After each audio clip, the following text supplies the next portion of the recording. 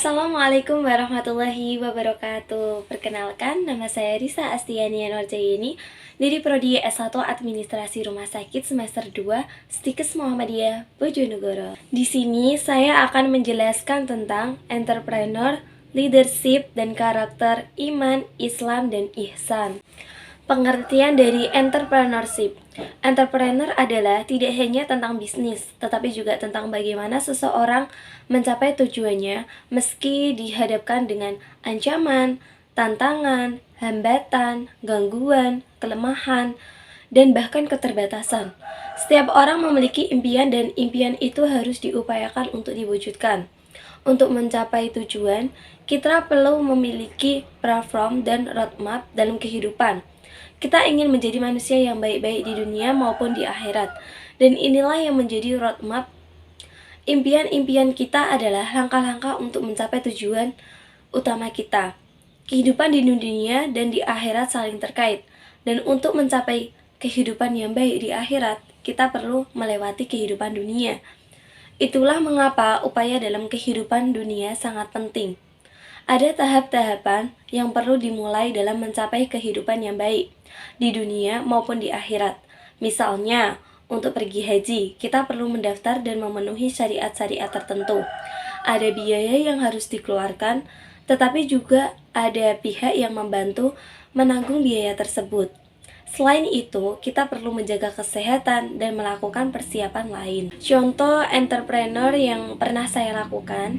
Yang pertama, saya pernah melakukan bisnis dengan menjadi pembawa acara di berbagai acara seperti acara tiba atau tibaan, seperti di tempat-tempat umum.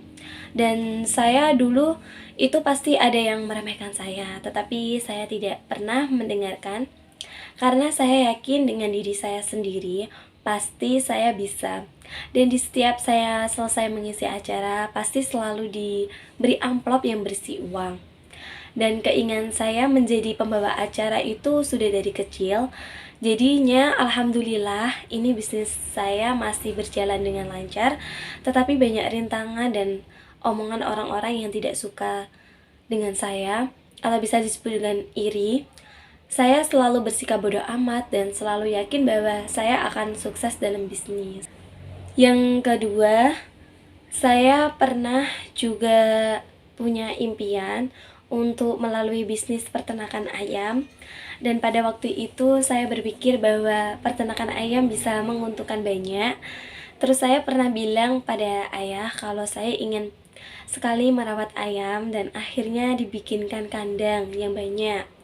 Dan pada akhirnya dibuatkan ayah kandang dan dibelikan ayam. Dan akhirnya saya memulai rawat sampai besar, sampai banyak. Tetangga saya juga membeli ayam saya. Tetapi tidak lama kemudian ayam-ayam saya mati karena terkena flu burung. Jadi di setiap ada kebahagiaan pasti ada kesedihan. Jadi saya tetap berusaha sabar.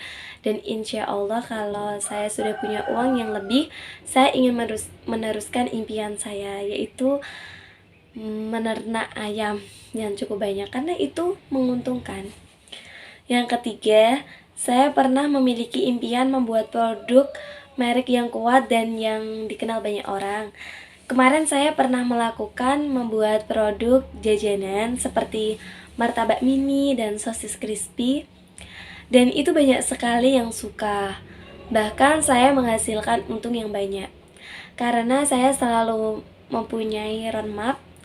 Walaupun banyak rintangan tetapi saya selalu semangat dan yakin. Yang keempat, saya memiliki impian ingin memiliki produk sendiri dan ingin saya jual di Shopee. Karena itu untungnya banyak. Dan saya dulu pernah ikut jualan baju di Shopee, tetapi itu bukan produk saya. Dan saya ikut menyebarkan link produk itu dan akhirnya berhasil, tetapi bukan produk saya sendiri. Saya juga pernah dapat uang tapi masih sedikit. Tapi itu dulu waktu SMA dan sekarang sudah tidak karena produk yang saya jual makin sepi. Yang kelima, saya juga pernah membantu tante saya jualan produk es krim di setiap istirahat waktu masih SD. Saya selalu pulang untuk mengambil es krim dan saya jual dan yang beli sangat banyak. Tetapi waktu saya sudah SMA, tante saya tidak buat lagi karena sibuk dengan anaknya masih kecil. Jadi waktu itu saya punya impian ingin buka toko khusus es krim yang besar dan yang terkenal. Insya Allah dengan saya berusaha, setelah lulus kuliah, saya ingin membangunnya. Yang keenam, saya pernah membantu bisnis kakak jualan sampel dan itu sangat menguntungkan banyak. Di setiap kakak saya lagi kerja di rumah sakit, kalau bisa itu seperti shift malam, saya yang jaga bisnis kakak. Itu karena yang beli itu banyak, sampai pernah setiap hari itu habis. Impian saya ingin menjadi pengusaha yang sukses seperti kakak saya. Tapi sekarang bisnisnya sudah tidak berjalan karena kakak sibuk dengan pekerjaannya. Yang ketujuh, saya pernah membantu om saya di pasar. Om saya jualan baju. Jadi kalau bulan puasa saya selalu membantunya karena pelanggannya sudah banyak. Impian saya juga ingin mempunyai toko baju di pasar yang sukses dengan produk saya sendiri, seperti saya yang jahit sendiri dan produk saya itu saya yang buat sendiri seperti model-modelnya gitu. Kesimpulan dari entrepreneur adalah tidak hanya tentang membahas bisnis, tetapi lebih pada mindset atau pola pikir tentang bagaimana kita menetapkan tujuan, bagaimana kita punya impian, bagaimana kita mempunyai roadmap, dan bagaimana kita berupaya. Tidak ada jalan yang lurus. Oleh karena itu, kalau sudah belajar tentang entrepreneur, kita sudah paham bahwa jalan itu pasti ada lika-liku. Jalan itu pasti ada tantangannya. Ketika sudah belajar tentang entrepreneur, kita selalu berupaya mencapai tujuan walaupun dengan berbagai ancaman, tantangan, hambatan, keterbatasan, dan kekurangan. Hal itu dikarenakan kita menjalani hidup ini sudah tahu petanya dan sudah tahu apa yang akan kita lakukan dan tujuan ini. Pasti semua orang mempunyai impian dan setiap orang berhak mempunyai impian. Namun, perlu upaya untuk mewujudkannya. Upaya itu dilakukan dalam rangka kita ingin mendapatkan kehidupan yang baik. Pengertian dari leadership. Leadership adalah suatu proses bagaimana seseorang pemimpin dapat mempengaruhi, mengarahkan, dan mempengaruhi aktivitas dari kelompok anggota. Dalam kehidupan sehari-hari, setiap orang memiliki peran sebagai pemimpin dalam berbagai aspek kehidupan, baik di keluarga, di tempat kerja, di sekolahan, atau di lingkungan sosial masyarakat. Selain itu, kepemimpinan juga berkaitan dengan pengikut atau follower yang ada di tempat sekitarnya. Terdapat ketidaksamaan, kekuasaan, dan kewenangan yang membuat seseorang pemimpin dapat mempengaruhi bawahan atau pengikutnya. Tidak hanya dengan kekuatan fisik, kepemimpinan juga melibatkan kekuatan mental dan emosional untuk mempengaruhi orang lain. Seseorang pemimpin memimpin bukan hanya dengan kekuatan dan kewenangan, tetapi juga dengan visi, semangat, dan kekuatan emosional. Dengan memiliki visi yang kuat, seseorang pemimpin dapat menggerakkan orang lain menuju tujuan bersama. Motivasi, inspirasi, dan semangat juga penting, menjadi faktor penting dalam membangkitkan semangat para pengikut untuk mencapai visi yang telah ditetapkan atau ditentukan. Dalam kisah hidupnya, seorang pemimpin harus bisa mengenali dan menggerakkan seluruh potensi yang dimiliki, serta menjaga semangat dan motivasi. Kunci dari kepemimpinan adalah kemampuan seseorang untuk mempengaruhi orang lain dan untuk menjaga semangat bagi keberhasilan bersama. Mengetahui sumber kekuatan pemimpin juga sangat penting untuk dipahami dalam konteks kepemimpinan. Leadership atau kepemimpinan adalah proses mempengaruhi orang lain yang dilakukan oleh seorang pemimpin agar pemimpin bisa mempengaruhi orang lain. Maka harus punya visi, goal setting, serta cita-cita mulia. Contoh visi yang kuat yang mempengaruhi para pengikut untuk bersama-sama merealisasikan visi tersebut adalah perjuangan Bung Karno saat membawa visi tentang kemerdekaan.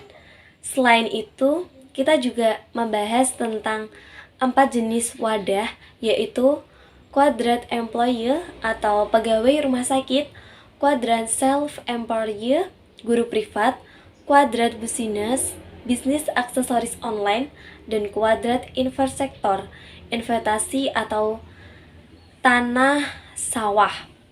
Dengan memetakan impian kita ke dalam keempat kuadrat tersebut, maka kita akan memiliki visi yang jelas dan kuat, sehingga kita dapat mempengaruhi orang lain untuk bersama-sama mencapai impian tersebut.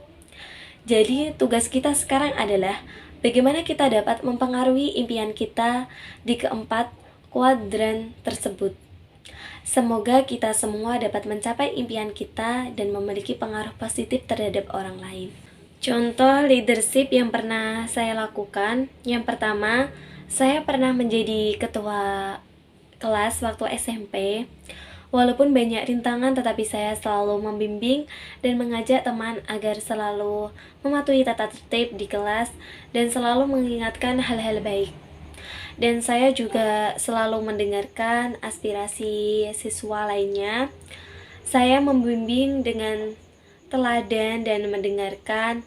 Saya berhasil mempersatukan siswa dari berbagai latar belakang untuk menciptakan lingkungan sekolah yang inklusif dan mendukung. Dan yang kedua, saya pernah menjadi pemimpin remaja bersih di acara lingkungan RT saya mengajak melakukan seluruh remaja RT saya untuk melakukan kerja bakti, membersihkan halaman, jalan, dan mengajak menanam bunga agar terlihat indah dan nyaman dan terhindar dari suatu penyakit. Yang ketiga, saya pernah menjadi kapten senam di sekolahan, sampai kita pernah meraih juara di tingkat kecamatan. Dengan saya selalu membangun semangat tim yang kuat dan mendukung setiap anggota.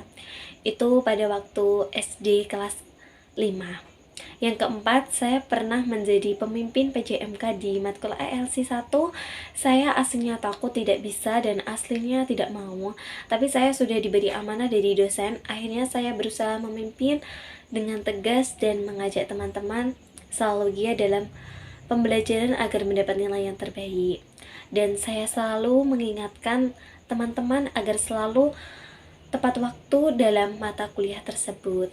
Yang kelima, saya pernah menjadi ketua pada acara olahraga sehat di sekolahan saya waktu SMA, dan saya mengajak agar semua siswa-siswi ikut olahraga, dan saya meyakinkan bahwa olahraga bisa membuat tubuh menjadi sehat, bugar, dan terhindar dari penyakit. Dan pada akhirnya semua pada ikut semua. Yang keenam, saya pernah menjadi pemimpin DIBA. Saya memimpin semuanya dengan tegas sampai acaranya menjadi sangat sukses, dan saya mengajak orang-orang agar ikut mencari pahala dengan bertiba kepada Nabi Muhammad SAW. Yang ketujuh, saya pernah menjadi ketua gerak jalan waktu SD. Walaupun itu sangat berat, tapi saya selalu mengajak teman-teman bekerja sama untuk latihan dengan sungguh-sungguh agar mendapat juara. Dan itu pun menjadi kita sangat teladan dengan berlatih semangat. Dan itu juga membuahkan hasil, dan kita juga meraih juara, yaitu juara 3. Walaupun hanya juara 3, tapi kan kita bisa membuat seluruh sekolahan jadi sangat bangga dengan kita atas juara kita. Kesimpulannya adalah kepemimpinan atau leadership merupakan proses seseorang untuk mengarahkan orang dan mempengaruhi aktivitas-aktivitas yang berhubungan dengan tugas dan anggota kelompok. Pelajaran yang bisa diambil yaitu segala sesuatu harus diraih dengan usaha disertai dengan doa. Kesuksesan tidak dapat secara instan, maka berusahalah dengan kemampuan dan keyakinan bahwa kita bisa sukses. Gagal itu wajar.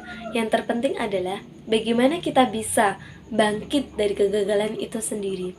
Karena kita tahu bahwa untuk mencapai puncak pasti akan melewati berbagai rintangan, seperti rintangan kecil atau besar. Yang terpenting bagaimana proses kita untuk melalui rintangan tersebut. Karena kesuksesan itu diraih dengan sungguh-sungguh, bukan hanya omong saja. Pengertian dari karakter, iman, Islam, dan ihsan. Komponen kepemimpinan entrepreneur dan karakter sangat penting dalam mencapai visi yang kuat. Karakter terdiri dari dua dimensi, yaitu dimensi ketuhanan dan dimensi kemanusiaan. Dimensi ketuhanan meliputi iman, Islam, ihsan, takwa, ikhlas, tawakal, syukur, dan sabar.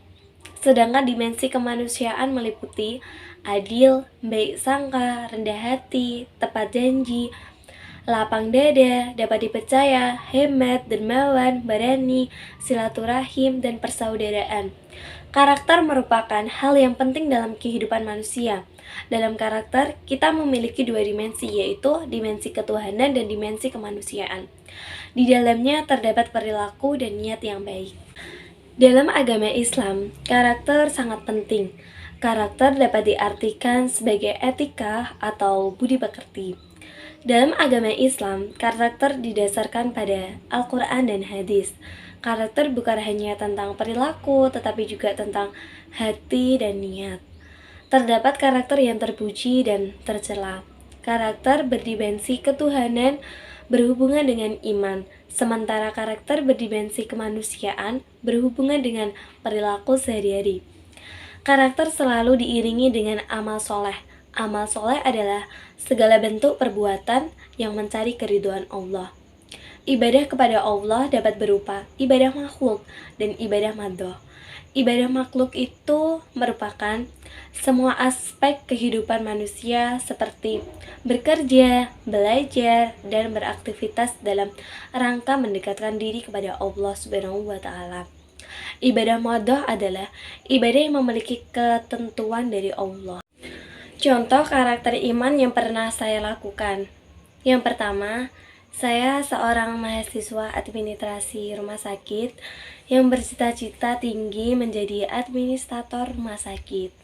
Saya pernah saat menghadapi ujian yang sulit, saya tidak hanya bersiap dengan belajar keras, tetapi juga mengandalkan doa dan kepercayaannya kepada Allah Subhanahu wa Ta'ala. Meskipun saya menghadapi tekanan dan ketidakpastian, tetapi saya tetap yakin bahwa usaha akan membuahkan hasil yang terbaik. Yang kedua, pada saat saya sebelum tidur, saya selalu melakukan berdoa agar memperkuat iman dalam kebaikan dan kekuatan doa. Yang ketiga, saya ketika di jalan memenuhi orang-orang tidak punya apa-apa dan membutuhkan, saya pernah mengasih makanan dan minuman, dan saya memberikan dukungan dan doa buat orang tersebut agar berusaha mencari rezeki dengan halal dan selalu berjuang. Yang keempat, ada tetangga saya yang kalau makan itu sangat susah karena tidak memiliki beras. Saya pernah langsung memberikan beras dan sembako dengan ikhlas tanpa pamrih, dan saya sangat tulus memberikannya. Karena kita di dunia ini harus saling tolong-menolong. Dan yang kelima, saya pernah ikut lomba pidato di sekolah. Saya benar-benar takut, tapi saya tetap berani dan saya berdoa dan yakin bahwa Allah akan memberikan yang terbaik. Dan pada akhirnya saya mendapat juara 2. Yang keenam, saya pernah mengajar di TPQ yang sangat dari keluarga tidak punya apa-apa atau bisa disebut juga miskin, tanpa ada biaya, tetapi saya senantiasa bersyukur dan mengandalkan keimanan saya untuk menjalani hidup dengan penuh kebahagiaan dan kepedulian kepada anak-anak tersebut, walaupun tidak dibayar. Yang ketujuh, saya pernah kehilangan cincin dan saya sangat sedih meskipun seperti menghadapi kehilangan yang besar, tetapi saya selalu ikhlas dan saya yakin Allah akan memberikan rezeki yang melimpah atas kehilangan rezeki yang lain. Contoh karakter Islam yang pernah saya lakukan. Yang pertama, kesederhanaan. Saya pernah selalu memakai barang-barang yang sederhana, karena dalam Islam dilarang memakai barang-barang yang terlalu mewah. Sampai sekarang saya masih memakai barang-barang yang sederhana. Yang kedua, kejujuran. Saya pernah setiap ujian, saya selalu menerapkan sikap kejujuran pada saat ujian sekolah. Walaupun teman-teman pada contekan, tetapi saya selalu menuangkan rasa jujur, dan saya selalu menjalankan hal-hal apapun itu dengan menjaga kejujuran dalam segala tindakan dan perkataan, karena Islam mengajarkan karakter tentang jujur. Yang ketiga, keadilan. Saya pernah melihat teman saya berantem karena rebutan jajan. Yang berantem itu sahabat saya dan teman sekelas saya. Tetapi saya harus bersikap adil. Saya mencari tahu siapa dulu yang memegang jajan itu, berarti dia yang harus membelinya. Bukan karena sahabat sendiri harus saya bela, tetapi saya harus bersikap adil. Yang keempat, kesabaran. Saya pernah diuji masalah dalam keuangan. Dulu waktu SMP, uang saya hilang 100.000, tetapi saya berusaha mencari dan tidak ketemu. Dan saya mengikhlaskannya, dan alhamdulillahnya Allah memberi rezeki yang melimpah dari kehilangan 100 menjadi mendapat rezeki yaitu 200.000. Yang kelima, kemurahan hati. Saya pernah dibelikan sepeda baru, tetapi saya tidak pernah sombong. Dan ada tetangga saya yang julid pada saya, dan akhirnya dia iri. Terus dia beli sepeda sendiri yang lebih mahal, dan dia tuh sangat sekali sombong. Tetapi saya tetap menjadi pribadi yang murah hati dan dermawan kepada sesama orang. Yang keenam, ketakwaan atau takwa. Saya selalu alhamdulillah mengerjakan sholat 5 waktu, dan saya menjalin hubungan yang erat dengan Allah Subhanahu wa Ta'ala dan beramal dengan ikhlas. Yang ketujuh, kasih sayang. Saya selalu melakukan menyayangi kedua orang tua saya dan teman-teman dan keluarga tanpa adanya pamrih. Karena kalau kita menyayangi sama orang, kita akan mendapat pahala yang lebih banyak. Tetapi dilihat dulu dari segi apa kita sayangnya. Kalau sama keluarga ya tetap sayang dong, sama teman-teman, sahabat itu. Contoh karakter ihsan yang pernah saya lakukan. Yang pertama, ihsan kepada Allah. Saya selalu melakukan, memenuhi dan mematuhi perintah Allah dengan melakukan beribadah dengan sebaik-baiknya dan menjauhi segala larangannya. Yang kedua, ihsan kepada manusia. Saya pernah memberikan bantuan kepada orang yang membutuhkan seperti pengemis, dengan saya memberikannya dengan tulus dan ikhlas, serta saya menghormati dan memperlakukan orang tua saya dengan kasih sayang, perhatian, dan pengabdian. Yang ketiga, ihsan kepada makhluk. Saya punya peliharaan kucing. Saya selalu melakukannya dengan baik kepada kucing saya, seperti memberi makan dan melindungi. Dan saya selalu menjaga kebersihan lingkungan dan mengurangi limbah, karena saya selalu membuang sampah pada tempatnya. Yang keempat, menjaga lingkungan. Saya punya halaman rumah yang saya tumbuhi bunga-bunga, dan saya selalu memelihara dan menjaga kebersihan lingkungan, dan sehingga rumah saya tuh sangat bersih, dan tempat saya itu terhindar dari limbah, karena saya selalu berperilaku ramah lingkungan. Yang kelima, menghormati perbedaan. Saya pernah menerima dan menghormati perbedaan dalam agama, suku, ras, budaya, dan saya menghindari sikap diskriminatif dan memperlakukan semua orang dengan adil dan setara. Yang keenam, membantu orang. Saya pernah memberikan bantuan, dukungan, dan pengertian kepada orang-orang yang sedang menghadapi kesulitan, dan saya selalu memaafkan orang yang telah menyakiti hati saya atau berbuat jahat kepada saya, karena Allah sangat menyukai orang-orang yang pemaaf. Yang ketujuh, menjaga amanah.